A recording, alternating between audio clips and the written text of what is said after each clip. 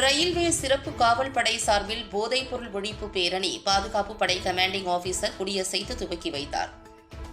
போதைப்பொருள் ஒழிப்பு மற்றும் போதை பயன்பாட்டிற்கான குற்றங்களுக்கு எதிரான விழிப்புணர்வு பேரணி ரயில்வே சிறப்பு காவல் படை சார்பில் நடைபெற்றது. ரயில்வே சிறப்பு பாதுகாப்பு படை கமாண்டிங் ஆபீசர் ஸ்ரீனிவாஸ் கொடியசைத்து தொடங்கி வைத்தார்.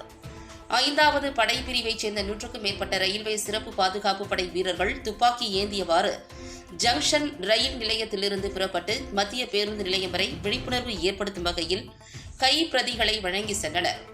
மீண்டும் ரயில் நிலையம் வரை கம்பீரத்துடன் வீரர்கள் அணிவகுத்தனர். இந்நிகழ்வில் உதவி commanding officer A.K. Breath, railway பாதுகாப்பு படை திருச்சி கோட்ட உதவி ஆணையர் பிரமோத் நாயர், காளி நிர்மலா, ரயில்வே பாதுகாப்பு படை ஆய்வாளர் அஜய்குமார் உட்பட பலர் கலந்து கொண்டனர்.